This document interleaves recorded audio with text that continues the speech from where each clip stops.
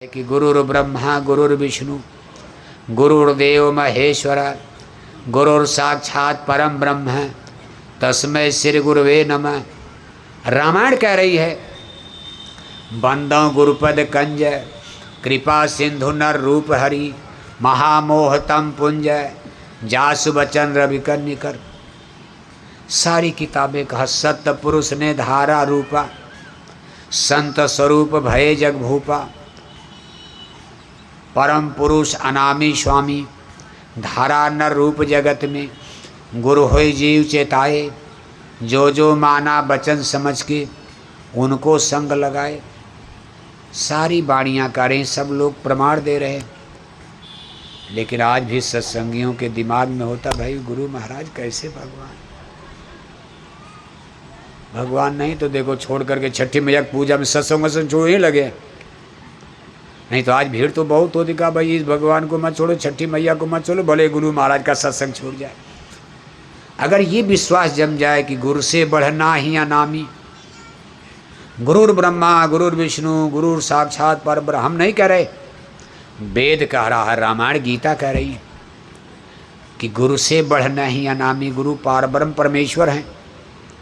अगर रामायण की बात को मानकर वेद की बात को मानकर हिंदू लोग ये बात समझ जाओ तो कंकड़ पत्थर को आप पूजा करोगे। आप कहा गुरु पूजा में सबकी पूजा जस समुद्र में नदी समा जा, जैसे सारी नदियाँ समुद्र में मिलकर समुद्र बन जाती, ऐसे गुरु पूजा में सबकी पूजा हो गई। एक साधे सब सधे। जड़ में पानी दोगे पेड़ पत्ते सब हरे रहेंगे, फल फूल। पत्ते पत्ते में पानी दोगे पेड़ सूख जाएगा, क्या लाभ मिलेगा। जड़ में गुरु जड़ हैं, गुरु जड़ हैं, बुनियाद हैं। लेकिन अब सत्संग ही नहीं समझ रहा है। देखो सत्संग छोड़ दिया छठ मैया के चक्कर में, तमाम लोग आज सत्संग में नहीं आए। नहीं देखो बहनों की लाइन तो लंबी लगती है संत कबीर नगर में, भाई लोग कम रहते हैं, बहनें ज़्यादा रहती। आज छठी मैया कुछ बहनों को बहका ले गई। बहनों की संख्या कम हो गई, भाई लोग तो खैर छठी मैया की पूजा में आपको तो डलिया उलिया ढोना है, उनको नहाना है धोना, आपको तो मजदूर लेबर बना दिया। ऐसी पूजा खड़ी कर लिया कि नौकर बना दिया, कहा डलिया लेकर चलो आगे आगे। और खूब अपना बढ़िया धोती बढ़िया साड़ी ओड़ी पहन करके गाते बजाते, और आप डलिया लेकर नौकर बन गई। कौन पूजा है बताओ, नौकर बना दिया। और उस पर भी इतना बोझा, 5 किलो फल है, 5 किलो मिठाई है, पान सब क्या क्या आराम बड़ाम भर के। खाना तिन्हीं को है, छठी मैया खाने आएंगी, सब खाने का ढकोसला कर दिया। आकर के खूब आराम से फल फूल सेब संतरा कटेगा रात भर दिन भर। लेकिन आपकी कितनी बड़ी बेइज्जती, नौकर बना दिया। हमने बड़े बड़े आदमियों को देखा छठी की पूजा में, बड़े बड़े बाऊ साहब लोग, बड़े बड़े राजे रजवाड़े भी।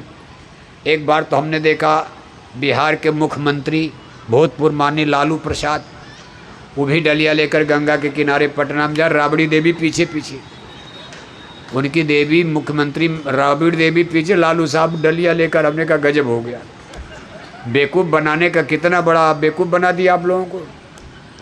भाई लोगों को नौकर बना दिया। देखो ऐसी पूजा खड़का छठी मैया में आपको नौकर बनना पड़ेगा। तो कुल मिलाकर के इस चीज़ को सोचो विचारो आप।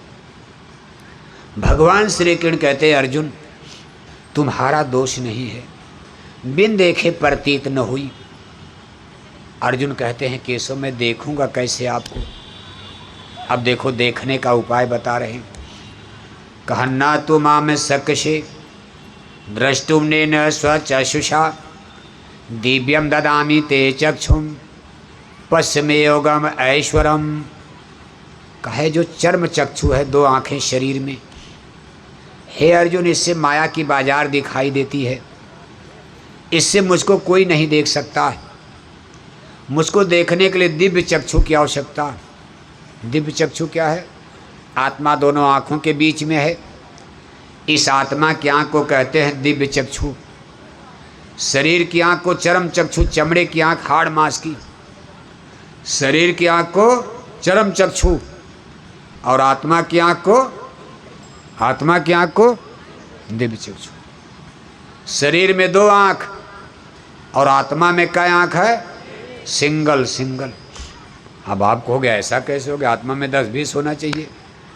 अब बनाने वाले ने बना दिया, अब कौन पूछने जाए धरती क्यों बना दिया, आपने औरत मर्द क्यों बना दिया, कौन पूछेगा? उनसे मिलें तब तो पूछो।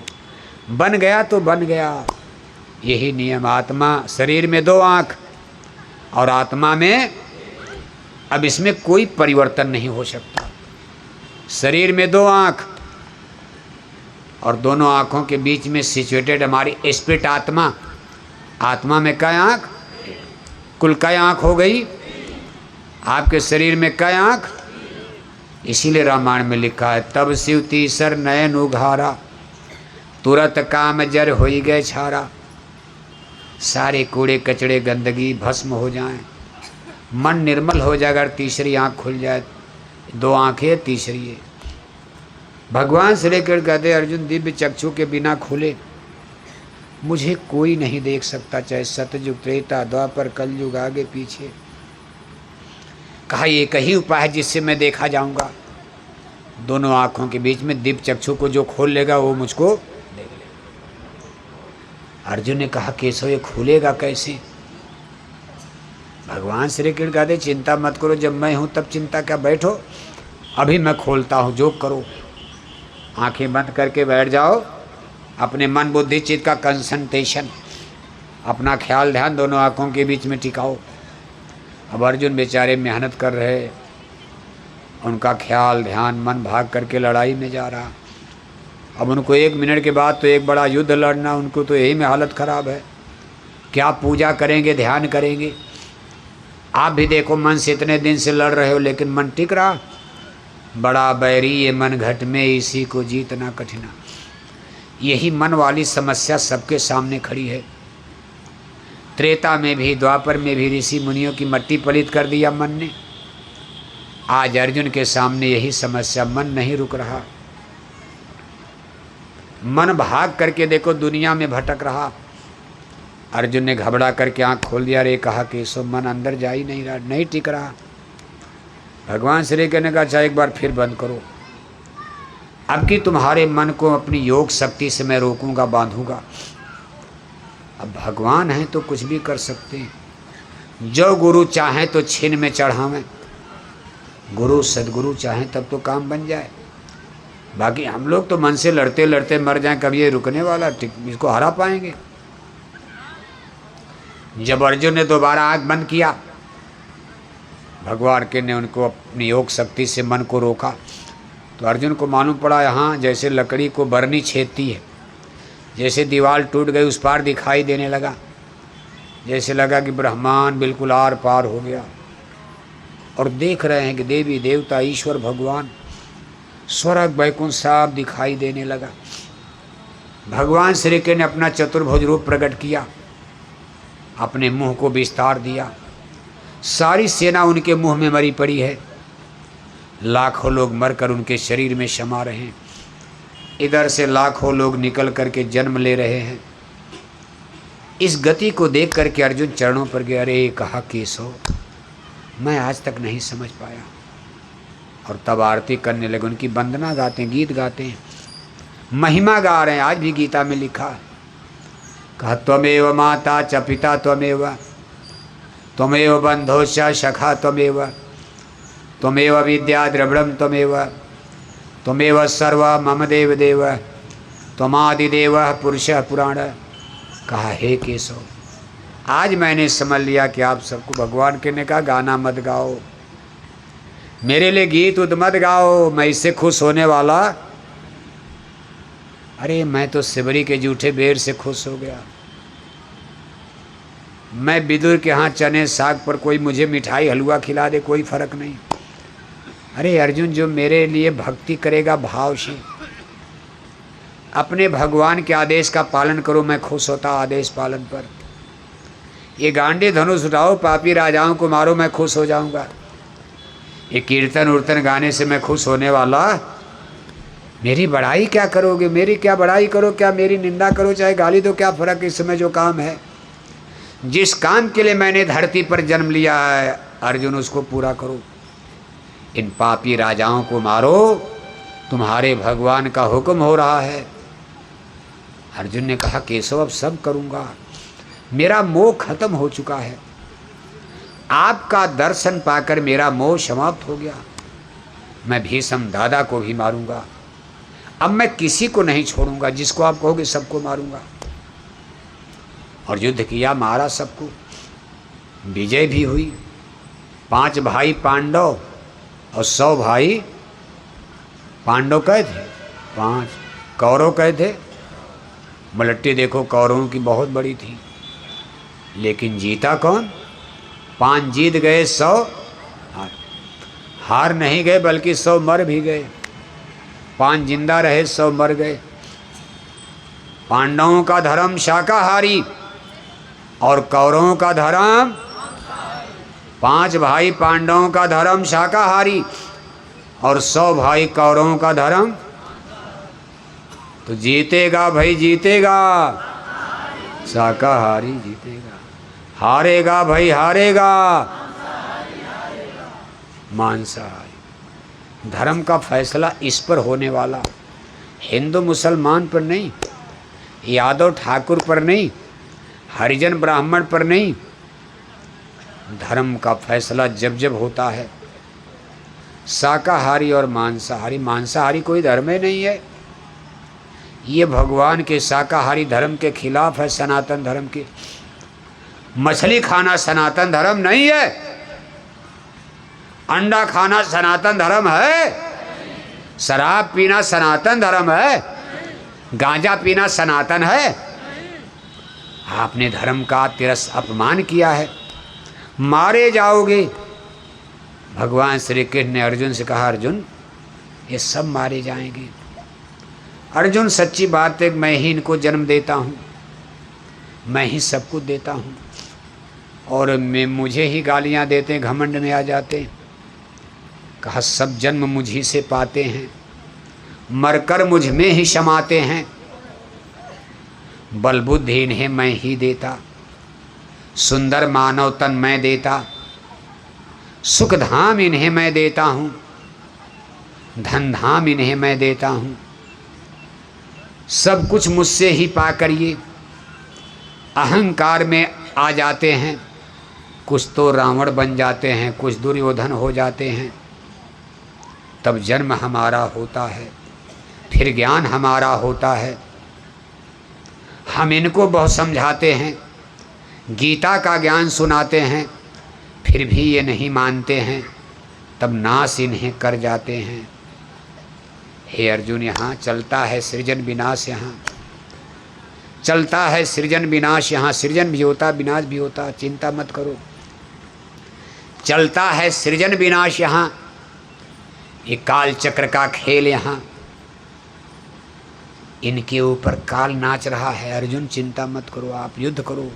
हे पार्थ, हे पार्थ उठो, तुम युद्ध करो, तुम रंच मात्र मत मोह करो। अब ये नहीं बचने पाएंगे, अब ये सब मारे जाएंगे।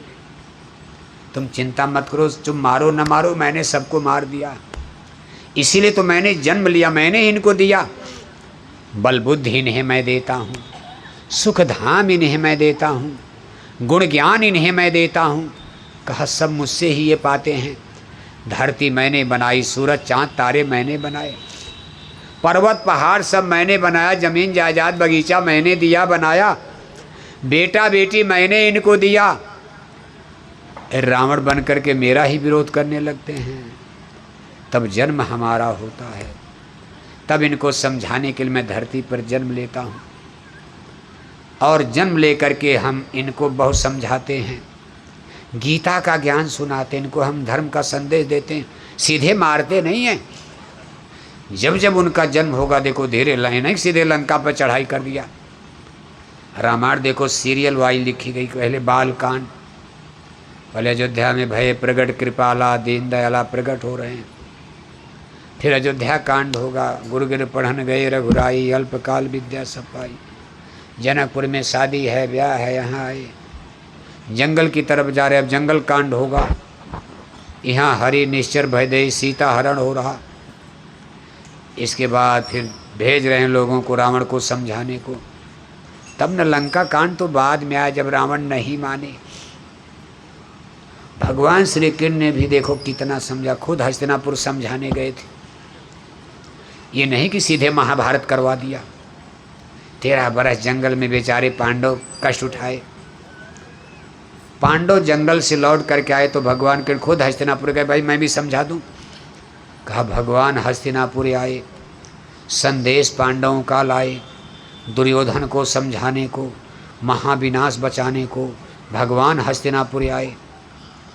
हरिकुरु सभा में बोल रहे, सबके भावों को तोल रहे। अचानक दुर्योधन बोल पड़ा, सारी मर्यादा तोड़ चला। ये अहंकार की भाषा थी, इसमें न शांति की आशा थी। दुर्योधन हरि को बांधने चला, जो था अषाद साधने चला। ऐ ग्वाला भाषण बंद करो, पकड़ो इसको अब कैद करो। ये अहंकार की भाषा थी। भगवान कृष्ण को गाली देना शुरू कर दिया। मानने को कौन कहे, सीधे गाली देने लगा। और सिपाही लेकर के गिरफ्तार, अरेस्ट का, इस ग्वाले को गिरफ्तार करके जेल में डाल दो। भगवान श्री कृष्ण हंसने लगे, उनको डर क्या लगेगा, भगवान डर जाएंगे। अरे कहा हरि हंसे। कहा दुर्योधन तू हमको बांधेगा? अरे मेरी माता जसोदा ने बचपन में हमको पेड़ में बांध दिया, मैंने बंधवा लिया। लेकिन मेरे सगे मामा कंस अपनी पूरी फौज लेकर हमको नहीं बांध पाए। दुर्योधन ले ले दुर्योधन बांध मुझे। कहा ले बांध ले। नहीं बांध पाए, हंसे चल दिए, निकल गए। जहाँ पांडव थे वहाँ पहुँच गए। लेकिन करुणा सिंधु करुणा सागर एकाएक आज कठोर बने। हर क्रोध वचन अब बोले हैं, सब दिग दिगंत अब डोले हैं।